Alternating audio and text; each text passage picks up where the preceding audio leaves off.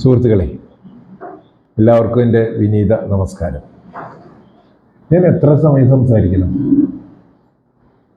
എപ്പോൾ നിർത്താം? 8 മണിക്ക് നിർത്താം അല്ലേ?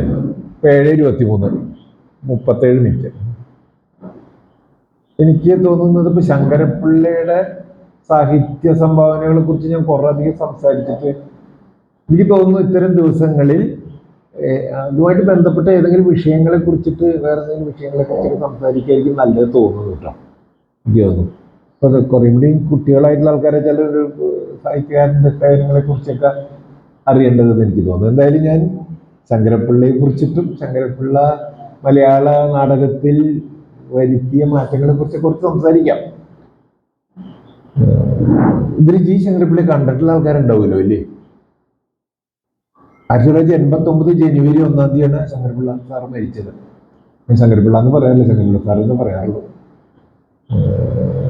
കണ്ടിട്ടില്ലെങ്കിൽ അദ്ദേഹം ഒരു ഖദർ ജുബ്ബ, ഖദർ ഷർട്ട്, അല്ല ഖദർ മുണ്ട്, എപ്പോഴും കുറ്റി താടി, വല്ലാണ്ട് നീട്ടിയ താടിയല്ല.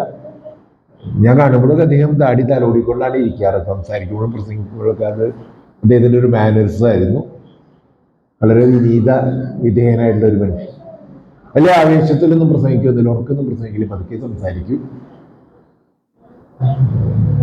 വെജിറ്റേറിയനായിരുന്നു എന്നാണ് എൻ്റെ അറിവ്. അങ്ങനെ ഒരു സാത്വികനാണ് അതൊക്കെ. അദ്ദേഹം ജനിച്ചത് ഇന്ന് അറിയാലോ, ജൂൺ 22, 1930 ജൂൺ 22 അദ്ദേഹം ജനിച്ചത്. ചിറയൻകീഴ് പ്രേമനസറിന്റെ നാട്ടുകാരനാണ്. അദ്ദേഹം മരിച്ചത് ഞാൻ മുമ്പ് പറഞ്ഞ പോലെ 89 ജാനുവരി 1. 59 കഴിഞ്ഞിട്ടില്ല. 58 വയസ്സിൽ അദ്ദേഹം മരിച്ചു. മരിക്കാനുള്ള പ്രായമല്ല 58, നമുക്കറിയാം. ഹാർട്ട് അറ്റാക്ക് ആയിരുന്നു, പ്രത്യേകിച്ച് അസുഖമൊന്നും ഉണ്ടായിരുന്നില്ല. അദ്ദേഹം സഡൻ അറ്റാക്ക് വന്നിട്ട് മരിക്കുകയല്ല. വലിയൊരു ഞെട്ടലുണ്ടാക്കിയ സംഭവമായിരുന്നു. എനിക്കൊക്കെ വ്യക്തിപരമായിട്ട് അടുപ്പം ഒക്കെ ഉള്ള ഒരാളായിരുന്നു. ഞാൻ ജോലി ചെയ്തിരുന്ന സെൻട്രലോട്ട്, ഞാൻ കോളേജിലേക്ക് പോകുന്ന വഴിക്കാണ് ഇദ്ദേഹം ജോലി ചെയ്തിരുന്ന സ്കൂൾ ഓഫ് ഡ്രാമ. നിങ്ങൾക്ക് അറിയാമല്ലോ, തൃശ്ശൂരിൻ്റെ ഭൂമിശാസ്ത്രം അറിയാവുന്നവർക്കറിയാം. അരനാട്ടുകരയാണ് സ്കൂൾ ഓഫ് ഡ്രാമ. റോഡ് സൈഡല്ല, അരനാട്ടുകര സെൻറ്ററിൽ നിന്ന് ഉള്ളിലേക്ക് അല്പം നീങ്ങിയിട്ടാണ്, ഒരു 400 മീറ്റർ, 1/2 കിലോമീറ്റർ. ആ വഴിക്കാണ് ഞാൻ കോളേജിലേക്ക് പോവുക. മാത്രമല്ല, സ്കൂൾ ഓഫ് ഡ്രാമയിൽ പ്രധാന പരിപാടികളൊക്കെ നടക്കുമ്പോൾ അവിടെ ഓഡിയൻസ് ഉണ്ടാവാൻ വേണ്ടിയും ഒക്കെ നമ്മളെ വിളിക്കാറുണ്ട്. ഞങ്ങളുടെ കോളേജിൽ നിന്ന് വിളിക്കും. അപ്പോൾ ഞാൻ പോകാറുണ്ട്. ഞാനൊരു മലയാള അധ്യാപകം എന്നുള്ളൊരു പ്രിൻസിപ്പലും പറയും, ആരെങ്കിലും പോകണ്ടേ, മാഷ് പോവോ മീറ്റിംഗ് ഉണ്ട്. എപ്പോഴും ഓർക്കുന്ന MT വാസുദേവൻ നായർക്ക് ജ്ഞാനപീഠം കിട്ടിയപ്പോഴൊക്കെ അവിടെ സ്വീകരണം കൊടുത്തപ്പോൾ ഞങ്ങളുടെ കോളേജിൽ നിന്ന് ഓഡിയൻസ് ആവാൻ വേണ്ടി, ഈ സ്കൂൾ ഓഫ് ഡ്രാമയിൽ അധികം കുട്ടികളില്ല.